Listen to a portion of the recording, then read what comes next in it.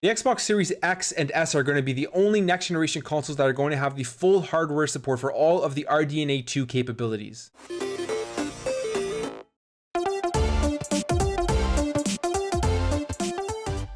What is up, everybody? Welcome back to another video. Thank you for stopping by. If you're new to this channel, hey, maybe consider subscribing if you like what you see. I'll be covering everything for the next generation consoles and getting the next gen consoles on day one and making tons of videos on those. But for now, let's jump into this. So as we know, going into the next generation, the RDNA 2 architecture for both the PS5 and the Xbox Series X and S were some of the most hyped up features that were going to land on these consoles. The PS5 has RDNA 2. It's a custom RDNA 2, and basically what they did was they took RDNA 2 and they stripped away the things that they didn't think it needed, and they created a GPU that is going to perform best for the PS5. Now, that's how I'm understanding it. I could be wrong on that. I'm not 100% sure. If you know any more information on how that is, let me know in the comments below. But moving on here, it is confirmed today that the Xbox Series S and the Xbox Series X are the only next generation consoles that will have full hardware support for all of the RDNA 2 capabilities that AMD showcased. Now, AMD had their showcase for the RX 6000 GPUs that they were showing off,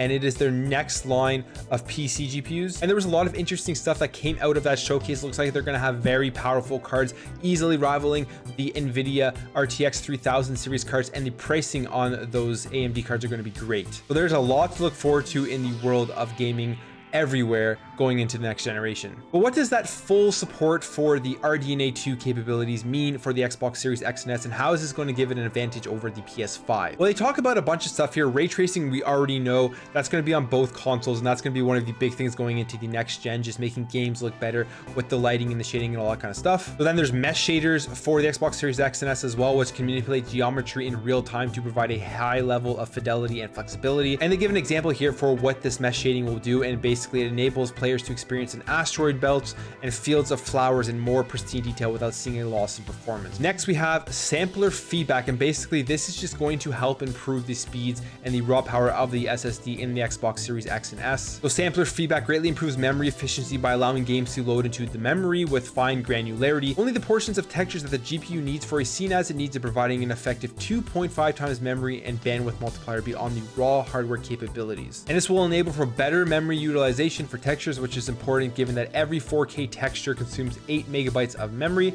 and this will avoid wastage of loading into memory the portions of textures that are never needed. So it's an effective 2.5 times multiplier on average on both the amount of physical memory and SSD performance. And this is huge. This is just going to make the SSD perform better, things load faster. Then we move on to the biggie here, which is variable rate shading, and this is the feature that I'm pretty sure the PS5 isn't going to have. They haven't confirmed it, and there's nowhere that can be seen that it does have variable rate shading.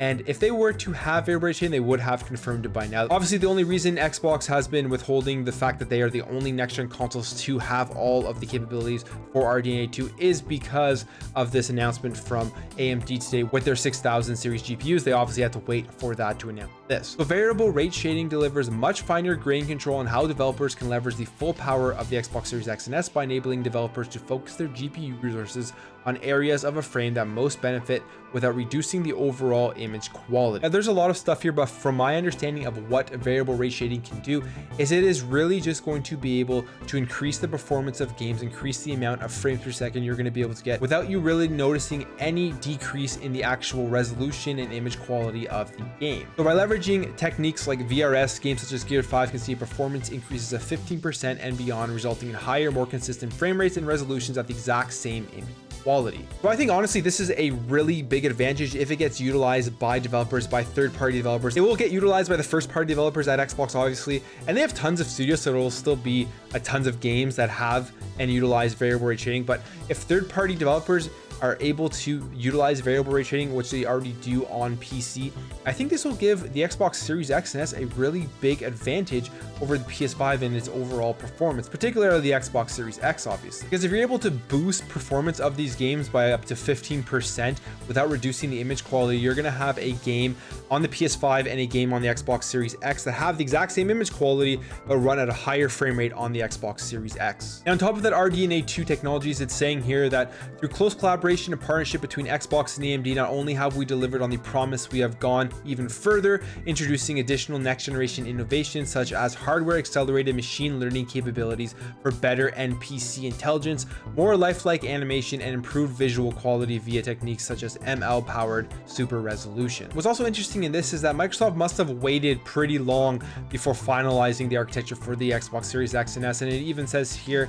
that they chose to wait for the most advanced technology from our partners at AMD before finalizing the architecture. And for me, this leads me to my last point, which is the pricing of these consoles. I think that with the Xbox Series X, you're getting more for your money with the actual technology in that console compared to the PS5. And being in Canada, the PS5 disc edition is actually $30 more than the Xbox Series X. So you're paying less here in Canada for an Xbox Series X, which I believe is the more powerful console and is an amazingly engineered console. So I think you are getting more bang for your buck, which is why I think, and I've said this before, is that the Xbox Series X is most likely going to be the best third-party machine going forward into the next generation.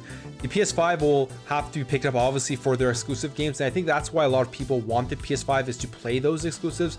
But as a third-party machine where you want to get the best frame rates and the best looking games in the generation, I'm thinking that the Xbox Series X is going to be the way to go. For me personally, I am getting both consoles, and I'm going to be getting an Xbox Series S as well, so I'll have all three.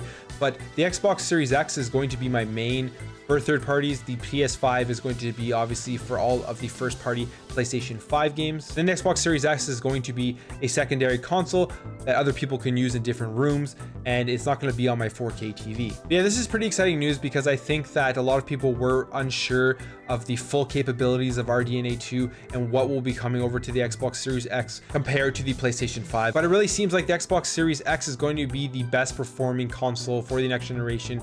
It already has a more powerful GPU, and now with this confirmed, it looks like it's going to have overall just a better performance. But again, it's all going to be up to how developers optimize their games, because you could have two games that are just look like crap on both consoles because they aren't optimized well. So if developers are really taking advantage of this stuff, it's going to look great. On top of that, with the Xbox Series X and S, it's going to be very similar to developing for PC. And if they have created these consoles so that the port from PC over to the Xbox Series X and S is very easy, I think that also gives the Xbox Series X and S a bit of advantage. Now, I know I may get a lot of PlayStation fanboys in the comments hating that I'm saying that the Xbox Series X is the more powerful console. That's what I think from everything that I've seen. I am no expert in any of this stuff, but just from my armchair analysis here, I really do think that the Xbox Series X is going to be the best third-party machine. So if you're not somebody who only wants to play exclusives and only wants to play the PlayStation exclusives, the Xbox Series X may be the best choice for you. But yeah, no matter what you choose next generation, whether it's PC, Xbox, or PlayStation, it's really a win. There's such good consoles, and the graphics cards, no matter where you're getting it from, no matter if you're getting the RTX 3000 series or you're getting the new AMD cards, you're getting such bang for your buck. The value of those cards, I think, are really, really good. Anyways, guys, that's it for me. Let me know what you think about all this stuff in the comments below. If you enjoyed this video, make sure to hit that thumbs up button. If you're new here and you like what you see, make sure to subscribe if you want to stay updated on everything for the next generation. I'll be getting all the next gen consoles on day one and making tons of videos on those, and I would really appreciate your support helping to grow this channel. Thank you guys all for watching. Thank you for all your support, and I'll catch you in the next video.